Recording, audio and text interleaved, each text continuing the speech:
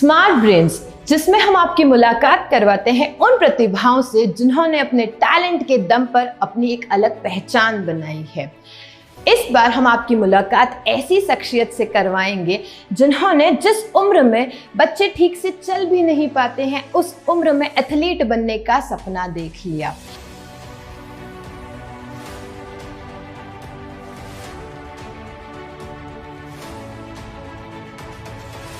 जिन्होंने महज 9 साल की उम्र में अंडर 10 की कैटेगरी में 3 किलोमीटर की रेस को 12 मिनट 50 सेकंड में कंप्लीट किया और साथ ही महज 9 साल की उम्र में एशिया की पहली 6 पैक्स एब्स गर्ल का रिकॉर्ड उनके नाम है। इस बार हम मिलेंगे पूजा बिश्नोई से, तो जानेंगे पूजा बिश्नोई से कैसे बने वो इतने खास उत्कर्ष स्मार्ट ब्रेन के साथ।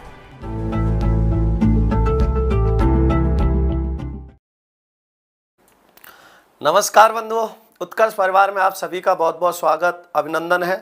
मैं सहदेव चौधरी आप सभी को नमस्कार करता हूं। सभी ठीक होंगे, सुरक्षित होंगे, अपनों का ख्याल रख रहे होंगे।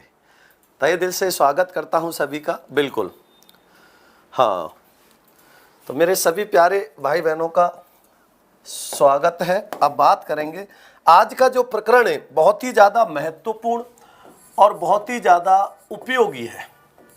इसको आप अच्छे से समझ लेना।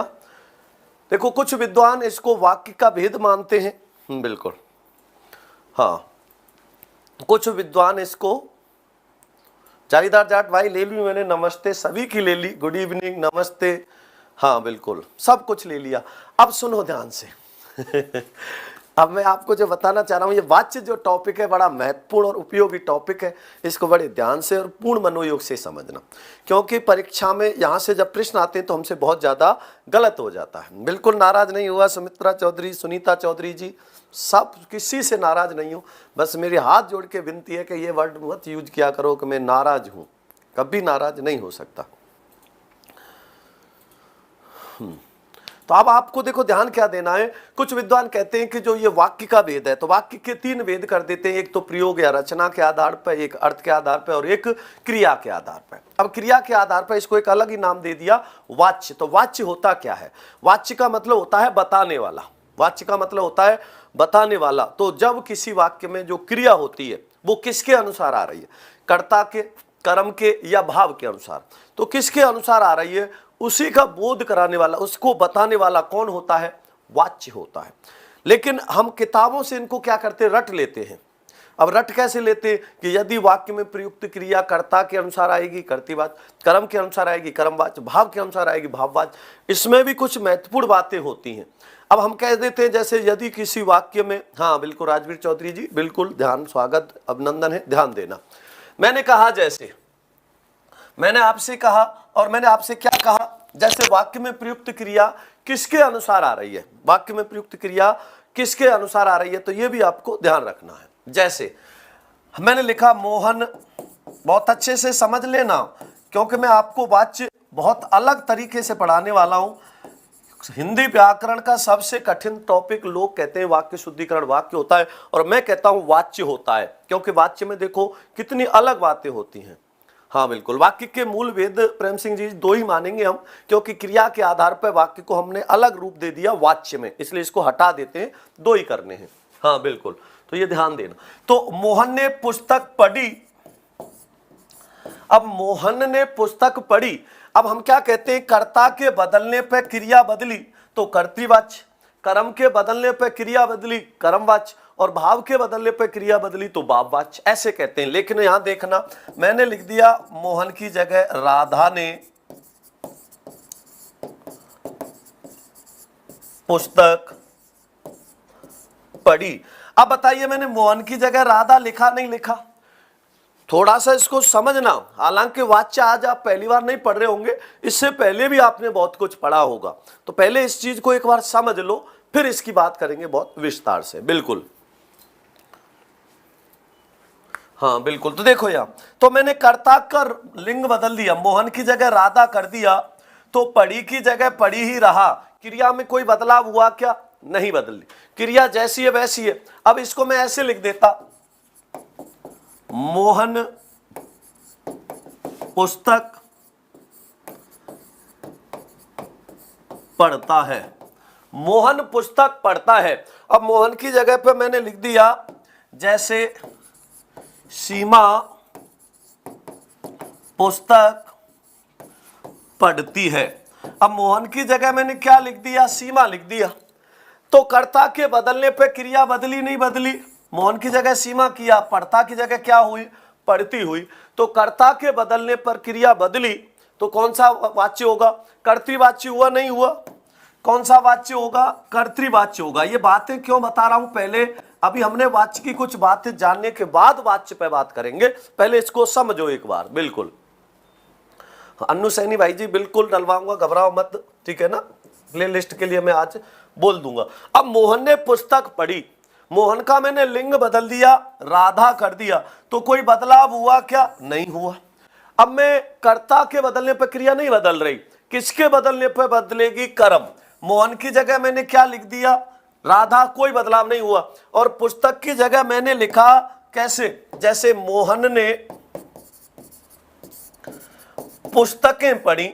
अब जैसे ही मैंने पुस्तक की जगह पुस्तकें किया तो बदलाव हो गया, क्रिया में पढ़ी की जगह क्या हो गया, पढ़ी। अब क्रिया कर्ता के बदलने पे बदल रही है या कर्म के बदलने पे, कर्ता के बदलने पे क्रिया बदली क्या, नहीं। किसके बदलने पे बदली, क्रिया के बदलने पे। अब यहां कौन सा होगा, कर्म के बदलने पे, सॉरी क्रिया नहीं, कर्म के बदलने पे। अब क्रिया किसके बदलने पे बदल रही है, कर्म के बदलने पे, तो यहां कौन सा वाच्य होगा, हाँ। अब यहां क्या होगा, ये कौन सा वाच्य होगा, तो आपके दिमाग में क्या आ रहा है बताइए एक बार कमेंट करके कि इसमें कौन सा वाच्य होगा, कर्ता वाच्य होगा या कर्म वाच्य होगा, कौन सा होना चाहिए। क्योंकि वाच्य आप ऐसा नहीं है कि पहली बार पढ़ रहे हो, वाच्य आपने पहले भी पढ़े होंगे, तो इसमें कौन सा होना चाहिए, बिल्कुल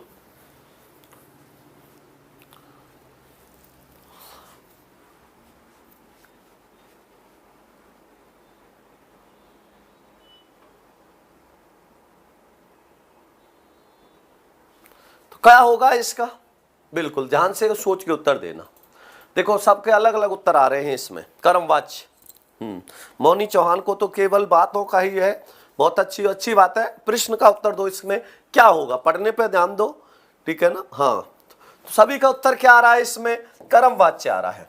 क्या आ रहा है, कर्मवाच्य। क्यों, क्योंकि आपने परिभाषा रट रखी है, यदि किसी वाक्य में प्रयुक्त क्रिया कर्ता के अनुसार आए तो कर्तृवाच्य, कर्म के अनुसार आए तो कर्मवाच्य, भाव के अनुसार आए तो भाववाच्य। तो केवल मैंने कहा, क्या कहा था आपको कि केवल लकीर का फकीर नहीं बनना, केवल लकीर का फकीर नहीं बनना, क्योंकि लकीर का फकीर बनोगे, रटोगे तो समझ में नहीं आएगा। यहां कर्मवाच्य नहीं है, यहां पर कर्तृवाच्य है। कौन सा वाच्य है, कर्तृवाच्य है। भले ही क्रिया कर्म के अनुसार बदल रही है, वाच्य फिर भी कर्तृ होगा, ने परसर्ग जुड़ने के कारण। आपको याद हो तो मैंने आपको बताया था, क्रिया जब पढ़ाई थी तो मैंने आपको एक महत्वपूर्ण बात बताई थी। क्या बताई थी, यदि किसी वाक्य में कर्ता के साथ ने परसर्ग हो और कर्म परसर्ग रहित हो, कर्म कैसा हो, परसर्ग रहित हो, तो वहां तीन बातें निश्चित हो जाती हैं। तीन बातें कौन कौन सी, सबसे पहली बात, क्रिया भूतकाल की होगी। क्रिया किसकी होगी, भूतकाल की होगी, अर्थात भूतकालिक क्रिया होगी। दूसरी महत्वपूर्ण बात बताई थी मैंने आपको, सकर्मक क्रिया होगी। ने परसर्ग जुड़ने पर कैसी क्रिया होगी, सकर्मक होगी। और तीसरी बात बताई थी, वाच्य कर्तृ ही होगा। वाच्य कौन सा होगा, कर्तृवाच्य होगा। तो ये बात मैंने बताई नहीं बताई, तो ने परसर्ग जुड़ने पे वाच्य कर्तृ ही होगा, भले ही क्रिया कर्म के अनुसार क्यों ना बदल रही हो। तो ये ध्यान रखना आपको, ठीक है ना। हाँ तो इसका भी थोड़ा सा ध्यान रखना है। तो इसलिए इसको समझना है, रटना नहीं है, लकीर का फकीर नहीं बनना, इसको समझना है। बिल्कुल प्रेम सिंह जी सही है, आपने कहा है भूतकाल सकर्मक और कर्तृवाच्य होगा। बिल्कुल, मैंने किताब पढ़ ली, किसमें गया, भूतकाल में पढ़ ली, कार्य पूरा हुआ, सामान्य भूतकाल।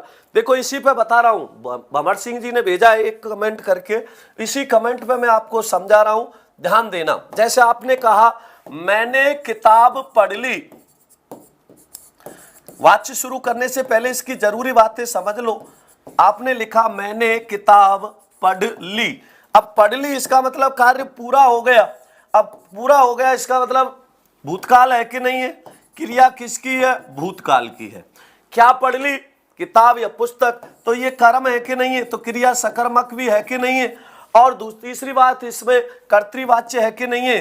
क्यों? क्योंकि क्या आ रहा है? ने परसर्ग आ रहा है। तो जाहिर सी बात है ये कौन सा वाच्य होगा? कर्तृवाच्य होगा। कौन सा वाच्य होगा? कर्तृवाच्य होगा। तो ये सारी बातें आपको बहुत अच्छे से और ध्यान से समझनी है। समझ आ गया? नहीं आया तो ये भी आपको ध्यान रखना।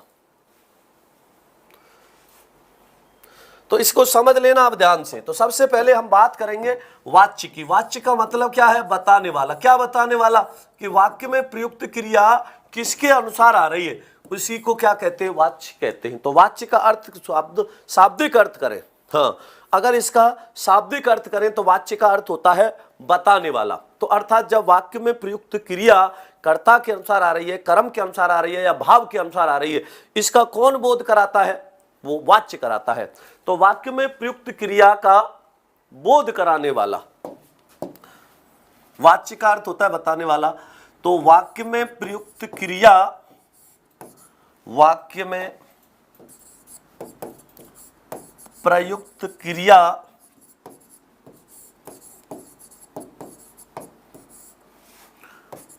किसके अनुसार प्रयुक्त हो रही है, वाक्य में प्रयुक्त क्रिया किसके अनुसार प्रयुक्त हो रही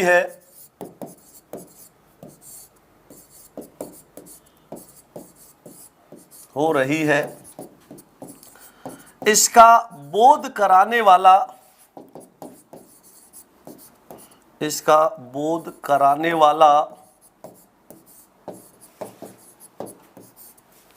वाच्य कहलाता है। इसका बोध कराने वाला वाच्य कहलाता है। तो किसी वाक्य में प्रयुक्त क्रिया किसके अनुसार प्रयुक्त हो रही है, इसका बोध कराने वाला क्या कहलाता है? वाच्य कहलाता है। अर्थात इसको और दूसरे रूप में कैसे कह सकते हैं? कर्ता, कर्म या भाव में जिसका अनुसरण क्रिया करती है उसी के आधार पर इसको वाच्य कहते हैं। तो कर्ता, कर्म या क्रिया किसके अनुसार, मतलब वाक्य में जो प्रयुक्त क्रिया है वो कर्ता के अनुसार है, कर्म के अनुसार है या भाव के अनुसार है, किसके अनुसार है, उसी के आधार पर इसको क्या कह देते हैं? वाच्य कह देते हैं। तो वाक्य में प्रयुक्त क्रिया किसके अनुसार प्रयुक्त हो रही है, इसका बोध कराने वाला वाच्य कहलाता है। जैसे अब इसमें कुछ उदाहरण लिख रहा हूं मैं, ध्यान देना और ध्यान से समझना। जैसे मैंने यहां पर लिख दिया एक उदाहरण,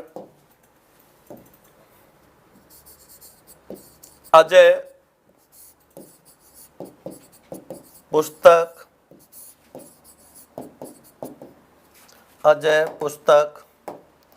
पढ़ता है। अजय पुस्तक पढ़ता है। अब यहां पर जो क्रिया आ रही है वो किसके अनुसार आ रही है? अजय के अनुसार आ रही है। किसके अनुसार आ रही है? अजय के अनुसार आ रही है। तो यहां कौन सा वाच्य होगा? कर्तृवाच्य होगा। ये कौन सा वाच्य होगा? कर्तृवाच्य होगा, क्योंकि अजय पुस्तक पढ़ता है। तो यहां पढ़ने का बोध किसके द्वारा किया जा रहा है? अजय के द्वारा। अब इसी को मैं क्या कर देता, मैंने यहां लिखा अजय पुस्तक पढ़ता है, इसकी जगह मैं क्या लिख दूं? इसकी जगह मैंने लिख दिया अजय द्वारा पुस्तक पढ़ी जाती है। अब यहां पे जो क्रिया आ रही है, वो किसके अनुसार आ रही है? पुस्तक के अनुसार। किसके अनुसार? पुस्तक के अनुसार। अजय को बदल दो, कोई फर्क नहीं पड़ेगा। अजय को यहां बदलो, अजय पुस्तक पढ़ता है। अजय के स्थान पर मैंने क्या लिख दिया? अजय के स्थान पर मैंने लिख दिया, जैसे कोई नाम ले लो, जैसे मैंने लिख दिया सुनीता पुस्तक पढ़ती है। तो कर्ता के बदलने पर क्रिया बदली। अब यहां बदलो, अजय द्वारा पुस्तक पढ़ी जाती है, अनीता द्वारा पुस्तक पढ़ी जाती है। अब किसके बदलने पर बदली है क्रिया? अजय के बदलने पर नहीं, अजय की जगह मैंने सुनीता लिखा तब भी क्या आ रहा है, पढ़ती ही यही आता है, ठीक है ना। अब इसकी जगह मैं लिख देता अजय द्वारा पुस्तकें पढ़ी जाती हैं। अब किस पे बदली, पुस्तक के अनुसार। कर्ता के साथ ने परसर्ग है, नहीं, कौन सा वाच्य होगा, कर्म वाच्य होगा, नहीं होगा। तो यहां कौन सा वाच्य हो गया, कर्म वाच्य। यहां कौन सा वाच्य होगा, कर्म वाच्य। अब एक उदाहरण लिख रहा हूं मैं इसके बाद, जैसे अजय से पढ़ा नहीं जाता, अजय से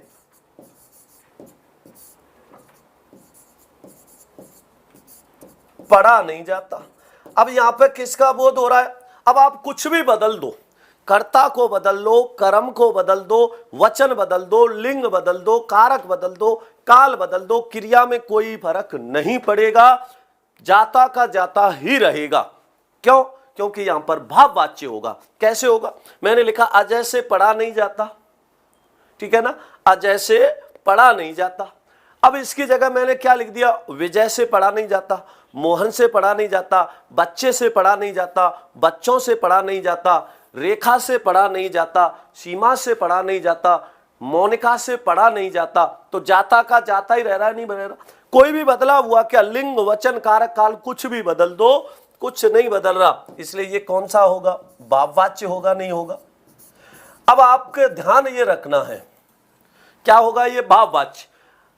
कौन सा होगा, अजय से पढ़ा नहीं जाता, ये क्या होगा, भाववाच्य होगा। तो इस प्रकार से आपको ध्यान रखना है। हाँ, राम ने रावण को मारा, कौन सा वाच्य होगा, भाववाच्य होगा, क्योंकि जब किसी वाक्य में कर्ता के साथ भी ने परसर्ग जुड़ा हो, कर्म के साथ भी को परसर्ग जुड़ा हो और क्रिया पुल्लिंग अन्य पुरुष एक वचन में आ रही हो, भाववाच्य होगा। तिर्यक स्थिति में आ जाती है क्रिया, तो ये भी आपको ध्यान रखने हैं। हाँ बिल्कुल। तो ये बात समझ आई नहीं आई, तो जब किसी वाक्य में प्रयुक्त क्रिया किसके अनुसार आ रही है, इसकी के आधार पर इसमें क्या हो जाता है, वाच्य हो जाता है। तो यहां पर भी ये ध्यान रखना है, इसकी बहुत महत्वपूर्ण बातें होती हैं, हर नियम की अपनी कोई जरूरी बातें होती हैं, उनका आपको विशेष ध्यान रखना होता है, तो ये ध्यान रखना। हाँ बिल्कुल।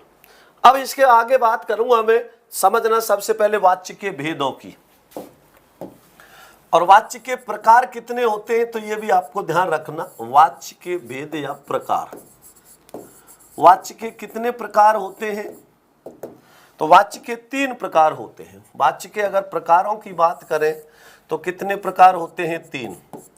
सबसे पहला होता है कर्तृवाच्य, सबसे पहला कौन सा होता है, कर्तृवाच्य। दूसरा इसका जो प्रकार होता है वो होता है कर्मवाच्य, कर्तृवाच्य, कर्मवाच्य। और इसका जो तीसरा प्रकार होता है वो कौन सा होता है, भाववाच्य, कर्तृवाच्य, कर्मवाच्य और भाववाच्य। कितने प्रकार हो गए, 3। तो कितने हैं, कर्तृवाच्य, कर्मवाच्य और भाववाच्य। वाच्य के 3 प्रकार होते हैं। अब इसमें जो सबसे पहली बात करेंगे वो कौन सी करेंगे, कर्तृवाच्य की। तो कर्तृवाच्य क्या होता है, किसे कहते हैं कर्तृवाच्य, ये ध्यान से समझना।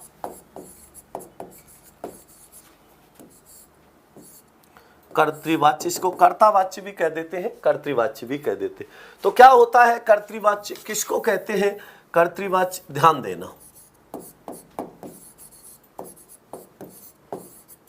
कर्तृवाच्य, कर्तृ मतलब कर्ता को कहते हैं। तो कर्तृवाच्य क्या होगा, हाँ बिल्कुल, मोनिका जी तो एक ही बात के लिए पड़ गई कुशवा कि वाच्य और वाक्य में, अरे वाच्य वाक्य के भेद में आ जाता है, वाच्य वाक्य के भेद में आ जाता है। वाक्य में प्रयुक्त क्रिया किसके अनुसार आ रही है, इसका बोध कराने वाला, बताने वाला। तो क्रिया का रूपांतरण वाच्य कहलाता है, शब्दों का सार्थक समूह वाक्य कहलाता है, ठीक है ना।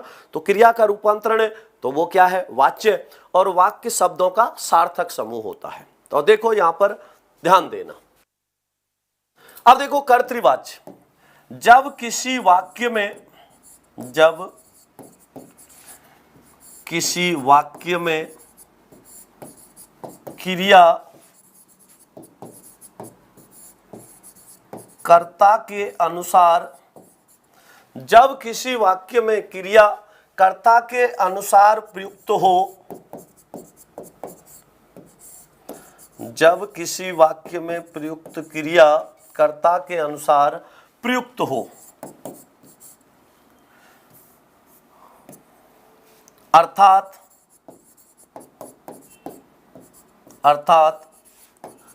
कर्ता के लिंग और वचन बदलने पर, कर्ता के लिंग और वचन बदलने पर क्रिया के लिंग और वचन भी बदल जाएं, कर्ता के लिंग और वचन बदलने पर क्रिया के लिंग और वचन भी बदल जाएं,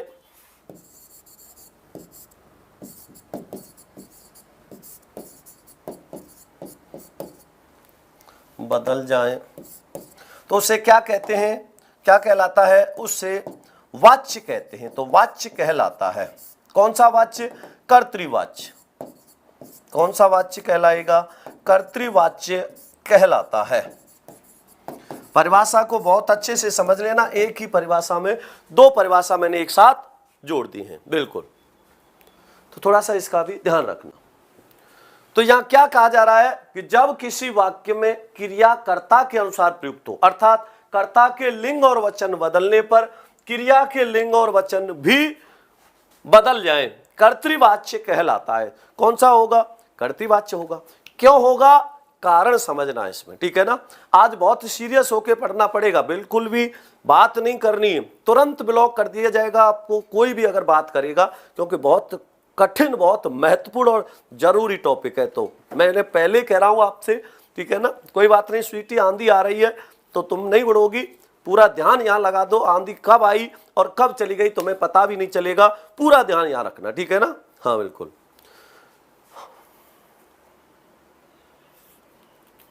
हाँ बिल्कुल सुमन जी, ध्यान देना और समझना।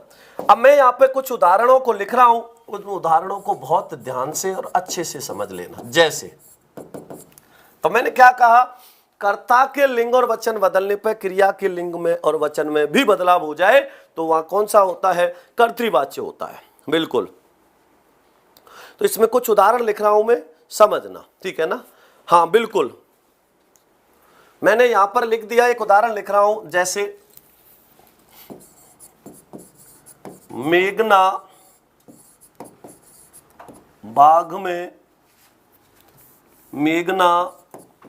बाग में फूल तोड़ रही है। इसको अच्छे से समझना। मैंने उदाहरण लिखा, हाँ बिल्कुल, लड़के ने आम को खा लिया। यह वाक्य बताओ सर यदि कर्ती में देखा है तो इसमें क्या हो गया? इतना आगे क्यों भागते हो आप? लड़के ने, अभी कर्ता पढ़ रहे हो, भाव में पहुंच रहे हो। लड़के ने आम को तोड़ा। अरे तो तोड़ेगा आम का, करेगा क्या है? पेड़ पे थोड़ी लटका रहेगा आम, तोड़ना पड़ेगा। खाएगा नहीं क्या उसको? पेड़ ने आम दिया क्यों? खाने के लिए दिया। समझो अब इसको। तो यहां पर देखो, लड़के ने आम को तोड़ा, ठीक है ना। तो सबसे पहली बात तो ये ध्यान रखना कि यहां पर जो आम है निर्जीव है। समझ आ रहा नहीं आ रहा? तो लड़के ने आम को, तो को की आवश्यकता है ही नहीं, वाक्य गलत है, अनावश्यक है। लड़के ने आम तोड़ा, क्या लिखेंगे इसको? लड़के ने आम तोड़ा। तो सबसे पहली बात तो ने परसर्ग आ रहा है लड़के के साथ, तो ये कर्तृवाच्य होगा, क्योंकि आम के साथ को परसर्ग की आवश्यकता ही नहीं है। तो इसमें ध्यान दो और अच्छे से समझना। तो मेघना बाग में फूल तोड़ रही है। अब तोड़ क्या रही है? वो फूल। अब इसमें देखो, मेघना बाग में फूल तोड़ रही है। अब मेघना की जगह में क्या लिख दूं? कोई दूसरा नाम लिख दूं। दूसरा नाम क्या लिख दिया? जैसे मैंने लिख दिया देवदास बाग में फूल तोड़ रहा है। अब यहां पर किसके बदलने पर? क्रिया के बदलने पर। क्रिया के बदलने पर हो रहा है या कर्ता के बदलने पर?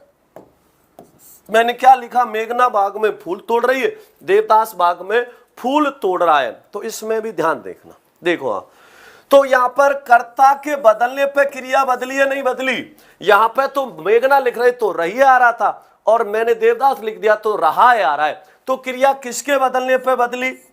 कर्ता के बदलने पे। कौन सा वाच्य होगा? कर्तृवाच्य होगा नहीं होगा? ये कौन सा वाच्य हुआ? कर्तृवाच्य हुआ। क्यों हुआ इसका कारण समझ में आया नहीं आया? हाँ बिल्कुल।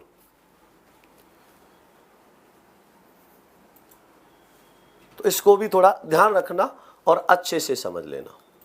हाँ, तो मैंने लिखा कि मेघना बाग में फूल तोड़ रही है, देवदास बाग में फूल तोड़ रहा है। तो क्या हो गया?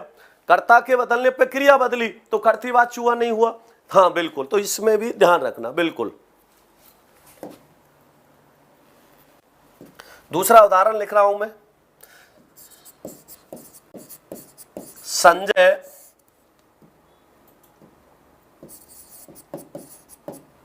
खाना खा रहा है।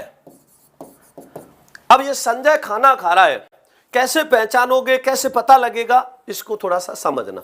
मैंने कहा संजय खाना खा रहा है। अब संजय के स्थान पर मैंने क्या लिख दिया? जैसे मान लो रेखा खाना खा रही है। अब किसके बदलने पे बदली है क्रिया? कर्ता के। यहां क्या था? संजय था। यहां क्या लिख दिया? रेखा। अब कर्ता के बदलने पे क्या बदली? रहा है की जगह क्या आ गई? रही है। कर्ता के बदलने पे क्रिया बदली, तो कौन सा वाच्य होगा? कर्तृवाच्य होगा नहीं होगा? कौन सा वाच्य होगा? कर्तृवाच्य होगा। तो पहले तो ये बात समझ आई नहीं आई, तो इसमें देखो दोबारा से याद दिला रहा हूं, समझना। मैंने क्या कहा था? यदि किसी वाक्य में, हाँ बिल्कुल आएगा, क्यों नहीं समझ आएगा? बिल्कुल आप समझ रहे हो। आज तक इसलिए समझ नहीं आया क्योंकि आप रटने की कोशिश कर रहे थे, किताबों से कोशिश रटने की करी थी। अब आपने इसको समझाया तो इसलिए समझ आ रहा है। बिल्कुल आएगा। वो कहते हैं ना कि यही जज्बा रहा तो मुश्किलों का हल भी निकलेगा। यही जज्बा रहा तो मुश्किलों का हल भी निकलेगा। जमी बंजर हुई तो क्या, वहीं से जल भी निकलेगा। ना मायूस हो ना घबरा, अंधेरे से मेरे साथी। ना मायूस हो ना घबरा, अंधेरों से मेरे साथी। इन्हीं रातों के दामन से सुनहरा कल भी निकलेगा। इन्हीं रातों के दामन से सुनहरा कल भी निकलेगा। तो पढ़ोगे, मेहनत करोगे, तो ऐसा कुछ नहीं है कि समझ नहीं आए। आज तक वाच्यों में आपको भले ही समझ आया नहीं आया, आज के बाद ये समस्या आपको नहीं आएगी। इसलिए मैं बहुत धीरे और बड़े आराम से समझाऊंगा वाच्य को। संजय खाना खा रहा है और संजय का मैंने लिंग बदल दिया, बिल्कुल रेखा कर दिया, तो कर्ता के बदलने पर क्रिया बदली है, कर्तृवाच्य हो गया। कर्ता के साथ ने परसर्ग आ रहा है, नहीं आ रहा। अब हम कुछ उदाहरण ने परसर्ग के उदाहरण लिखेंगे। कुछ उदाहरण किसके लिखेंगे? ने परसर्ग वाले। अब यहां पर समझना बिल्कुल। तो देखो यहां पर कर्ता किसमें था? स्त्रीलिंग में। मेघना किसमें? स्त्रीलिंग में। और एक वचन, तो ये किसमें आ रहा है? रही है, स्त्रीलिंग, एक वचन है। ये क्या था? पुल्लिंग, एक वचन। वो भी क्या हुआ? पुल्लिंग, एक वचन। अब मैं एक ने परसर्ग वाला भी लिखाता हूं, बिल्कुल।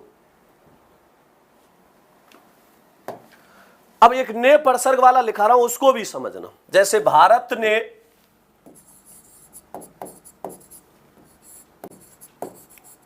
उपग्रह छोड़ा।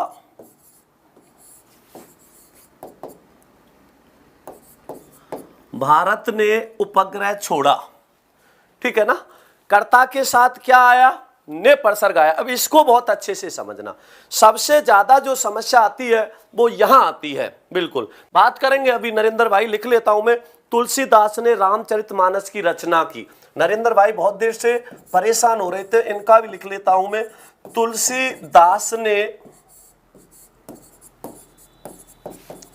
रामचरितमानस की, तुलसीदास ने रामचरितमानस की रचना की, ये लिख दिया, ठीक है। पहले ऊपर वाला समझ लो, फिर इसको पढ़ेंगे। हाँ बिल्कुल, तो इसको थोड़ा ध्यान देना और अच्छे से समझना।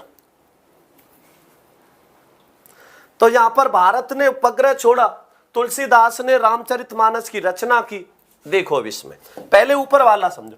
भारत ने, कर्ता के साथ क्या आ रहा है, ने परसर्ग आ रहा है, और कर्म क्या है, परसर्ग रहित है, तो कौन सा वाच्य होगा, कर्तृवाच्य होगा। तो भारत ने उपग्रह छोड़ा, तो यहां पर वाच्य कौन सा होगा, कर्तृवाच्य होगा।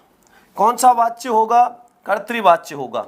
क्यों होगा कर्तृवाच्य, क्योंकि वाक्य में प्रयुक्त क्रिया भले ही किसी के अनुसार आ रही हो, कर्ता के साथ क्या जुड़ रहा है, ने परसर्ग जुड़ रहा है।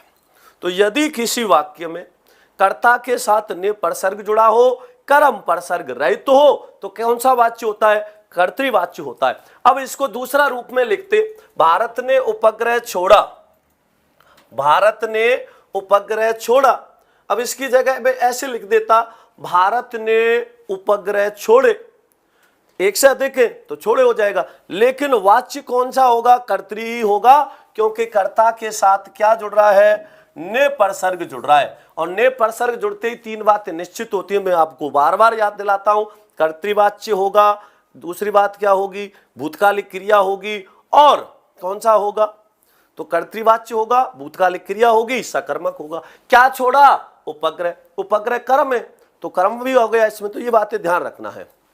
हाँ, अब देखो, तुलसीदास ने रामचरितमानस की रचना की। अब इसको किस में रखोगे, इसको किस में रखोगे, ठीक है ना। अब यहां पर इसको थोड़ा सा, जब ऐसा कोई वाक्य आए तो उसका रूपांतरण करके देखना। कैसे करोगे, मैंने लिखा तुलसीदास ने रामचरितमानस की रचना की, ठीक है। तुलसीदास की जगह पे हम इसको थोड़ा सा बदलेंगे, जैसे संजय ने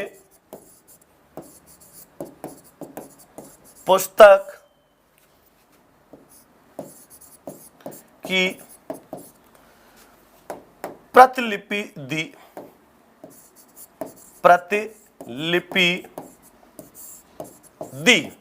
इसको बहुत अच्छे से समझ लेना, एक बार में ही समझ में आ जाएगा, ये जो कंफ्यूजन है वो अब निकल जाएगी बिल्कुल। हाँ राम जी यादव भाई जी, इसके उसके लिए तो आपको 99 का कोर्स लेना पड़ेगा, ठीक है ना, क्योंकि वो पूरी तो आप जो चाह रहे हो वो चीज़ यहाँ नहीं मिल सकती, क्योंकि उसके लिए जो टॉपिक हैं वो अलग हैं, इसलिए वो टॉपिक अलग होने के कारण यहाँ पे नहीं हो सकते। तो देखो यहाँ पर, तो संजय ने पुस्तक की प्रतिलिपि दी, तो इसमें देखो संजय ने तो तुलसीदास ने, रामचरितमानस मैंने यहाँ पुस्तक लिख दी, की जगह की लिख दिया, रचना की जगह प्रतिलिपि दी। अब देखो इसको समझो, वो अपने आप समझ में आ जाएगा। देखिए यहां पर कर्ता के साथ में ने परसर्ग जुड़ा हुआ है। अब इसमें जो प्रतिलिपि दी की जगह पर कोई बदलाव नहीं होना चाहिए, मतलब भाववाच्य कब होगा, कर्ता के साथ ने परसर्ग जुड़ा हो, कर्म के साथ भी को परसर्ग जुड़ा हो, और बातें होनी चाहिए, तब भाववाच्य होगा। तीन बातें कौन कौन सी, सबसे पहली बात वो अन्य पुरुष में होनी चाहिए, दूसरी बात वो स्त्रीलिंग में नहीं होगी, पुल्लिंग में ही होगी, और तीसरी बात क्या होगी, एक वचन में होगी। किस में होगी, एक वचन में। कुछ भी कर लो उसका रूप नहीं बदलेगा। तो सबसे पहली बात तो आपको पता लग गई, स्त्रीलिंग आ रहा है तो भाववाच्य वैसे ही नहीं हो सकता। हो सकता है क्या, नहीं हो सकता।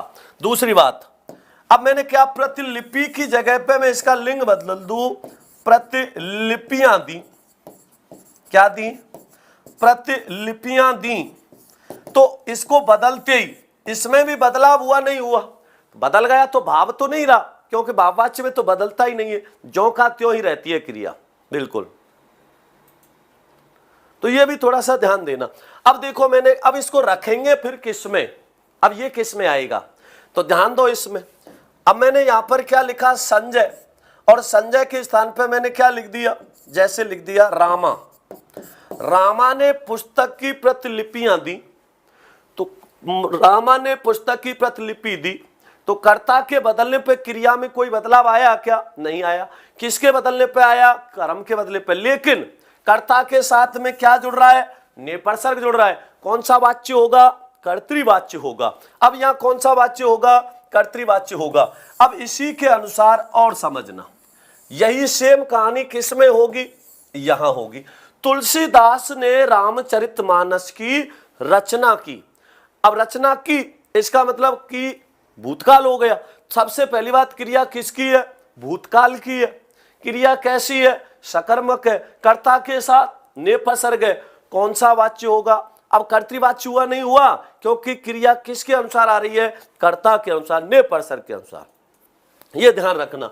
तो यहां कौन सा होगा? तुलसीदास ने रामचरितमानस की रचना की, ये भी किस में आएगा? कर्तृवाच्य में। किस में रखेंगे इसको? कर्तृवाच्य में ही रखा जाएगा।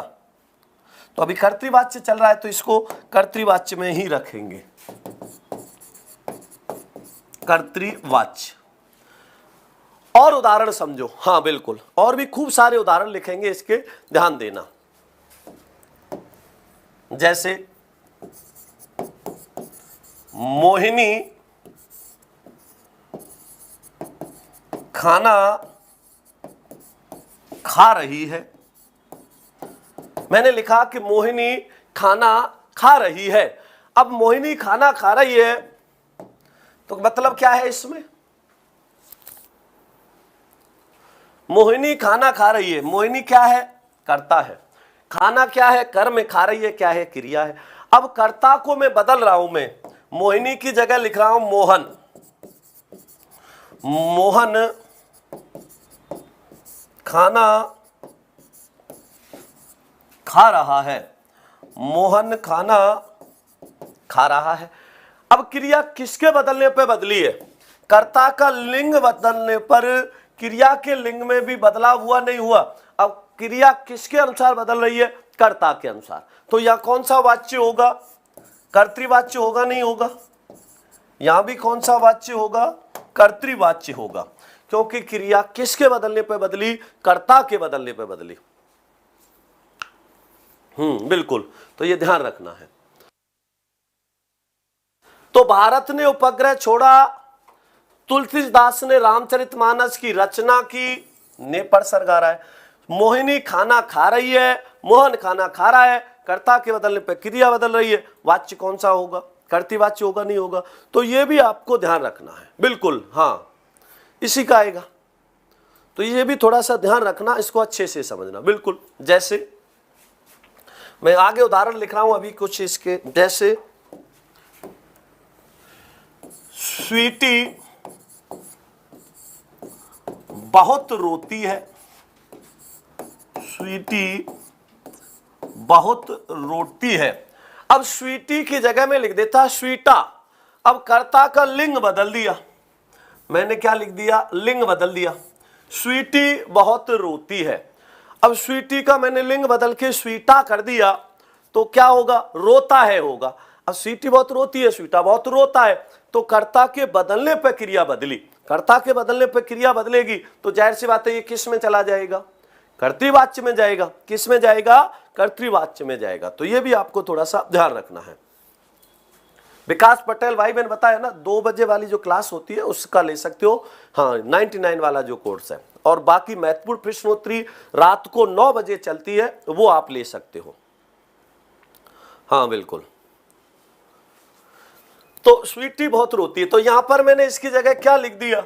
हाँ, अब कोई पुल्लिंग नाम लिख दो, कोई भी जो स्वीटी को सबसे ज्यादा पसंद हो। टप्पू, कितना अच्छा नाम दिया भंवर सिंह ने।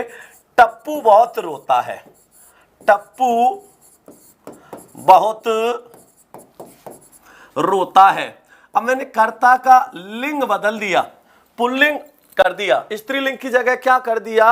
हाँ बिल्कुल, पुल्लिंग की जगह स्त्रीलिंग, स्त्रीलिंग की जगह पुल्लिंग, तो लिंग बदल दिया। तो स्वीटी बहुत रोती है, टप्पू बहुत रोता है। और यहां पे क्या आ रही है? रोती है, और यहां क्या आ रहा है? रोता। कर्ता के बदलने पे क्रिया बदली तो जाहिर सी बात है कौन सा लिंग होगा? तो कर्ता के बदलने पे क्रिया बदल रही है, कौन सा वाच्य होगा? कर्तृवाच्य होगा।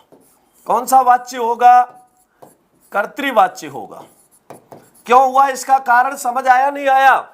क्योंकि कर्ता के बदलने पे क्रिया बदली है, और जब कर्ता के बदलने पे क्रिया बदल जाए कौन सा वाच्य होगा? कर्तृवाच्य होगा। बिल्कुल, क्या बात है, मौज कर दी मौज हो गई। आगे समझो, तो आगे और देखो। अब मैं लिंग के अलावा वचन वाला उदाहरण बताता हूं। कौन सा? वचन वाला। इसको भी समझो। देखिए मैंने लिखा बच्चा बहुत सोता है। बच्चा बहुत सोता है, बिल्कुल। अरे ध्यान दो और ध्यान से समझो, नामों पे मत जाओ, टप्पू हो या पप्पू हो, कोई भी हो, आपको उदाहरणों से मतलब होना चाहिए। हाँ, बिल्कुल भी कंफ्यूज नहीं होना है।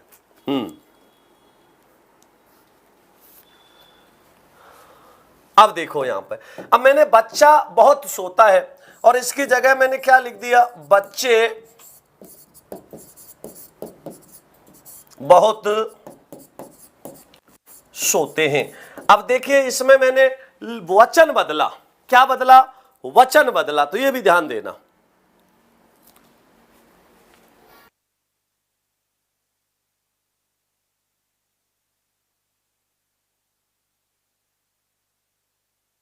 तो बच्चा बहुत सोता है, बच्चे बहुत सोते हैं।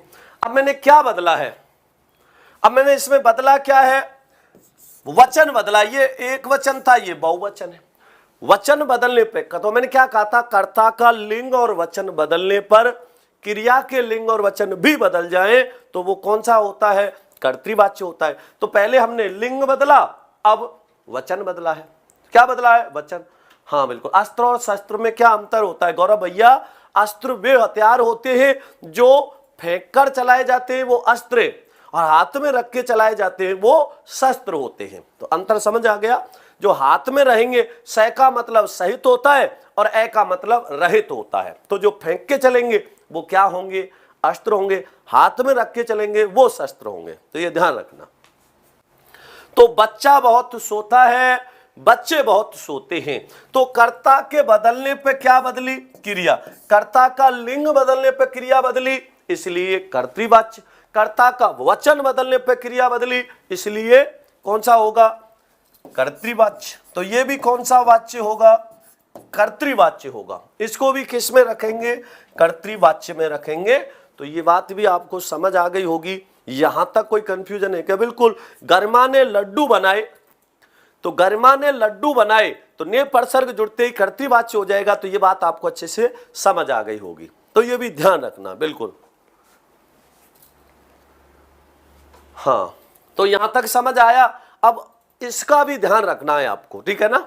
अब मैं एक उदाहरण ऐसा लिख रहा हूं जिसमें कर्ता के बदलने पर क्रिया नहीं बदल रही, कर्म के बदलने पर क्रिया बदल रही है, फिर भी वाच्य कर्ता ही होगा, कर्म वाच्य नहीं होगा। तो उसको भी आपको समझना है। राम ने अखबार पढ़ा, राम ने पुस्तक पढ़ी। हाँ बिल्कुल, राम ने पुस्तक पढ़ी, राम ने अखबार पढ़ा। अरे क्रिया किसके अनुसार आ रही है, आपको कंफ्यूजन क्यों हो रही है इसमें। देखो इसका, राम ने, लो इसको समझ लो, राम ने अखबार पढ़ा। अब ये क्रिया किसके अनुसार आ रही है, लो मैं बताता हूं, इसको समझो। मैंने लिखा राम ने अखबार पढ़ा, कंफ्यूजन को बिल्कुल पूछ लो। अब यहां पे पढ़ा आया क्योंकि क्रिया किसके अनुसार आ रही है, अखबार के अनुसार। और एक मैंने उदाहरण लिखा, राम ने पुस्तक पढ़ी। दोनों को अच्छे से समझ लो, इसमें कोई कंफ्यूजन ही नहीं रहेगी। दोनों उदाहरणों को मैं एक साथ लिख रहा हूं। एक तो मैंने लिखा राम ने पुस्तक पढ़ी, राम ने पुस्तक पढ़ी। और दूसरा उदाहरण में यहां लिख रहा हूं, राम ने अखबार पढ़ा। क्या पढ़ा, अखबार पढ़ा, अखबार पढ़ा, राम ने अखबार पढ़ा। अब यहां पर कारण क्या है, पढ़ी और पढ़ा क्यों आया, क्योंकि यहां पर जो क्रिया है, ये तो पुस्तक क्या है, स्त्रीलिंग शब्द है, इसलिए स्त्रीलिंग रूप आया। ये क्या है, अखबार होता है, होती नहीं है, पुल्लिंग है, इसलिए पुल्लिंग शब्द आया। यहां क्रिया कर्ता के अनुसार नहीं आ रही है, कर्म के अनुसार आ रही है। किसके अनुसार, कर्म के अनुसार। ये बात तो मैं आपको याद दिला रहा हूं कि कर्ता के अनुसार नहीं हो, भले ही क्रिया कर्ता के अनुसार नहीं हो, भले ही कर्म के अनुसार क्यों नहीं हो, कर्ता के साथ में ने परसर्ग जुड़ रहा हो, तब भी वाच्य कर्तृ ही होगा। दोनों में कौन सा वाच्य होगा, कर्तृवाच्य ही होगा। तो ये बात ही तो मैंने शुरू में ही बताई थी। सबसे पहले आपको यही बात तो मैंने बताई थी, हाँ बिल्कुल। सबसे पहले क्या कहता है, यदि किसी वाक्य में भले ही क्रिया कर्म के अनुसार प्रयुक्त क्यों ना हो रही हो, कर्ता के साथ ने परसर्ग जुड़ा हो, कर्म परसर्ग रहित तो वाच्य कर्त्री ही होगा। अब बताइए, क्रिया कर्ता के अनुसार बदल रही है क्या? नहीं बदल रही। किसके अनुसार बदल रही है? पुस्तक के अनुसार। किसके अनुसार बदल रही है? अखबार के अनुसार। फिर भी वाच्य कर्म ना होके कौन सा वाच्य है? कर्तृवाच्य। क्यों? क्योंकि ने परसर्ग जुड़ रहा है। हाँ बिल्कुल। तो ये भी आपको ध्यान रखना है। तो बताइए, कोई कंफ्यूजन है क्या यहां पर? ये बात समझ आई नहीं आई? इसका थोड़ा ध्यान रखना। हाँ, एक उदाहरण और लिख रहा हूं मैं, देखो। मोहित ने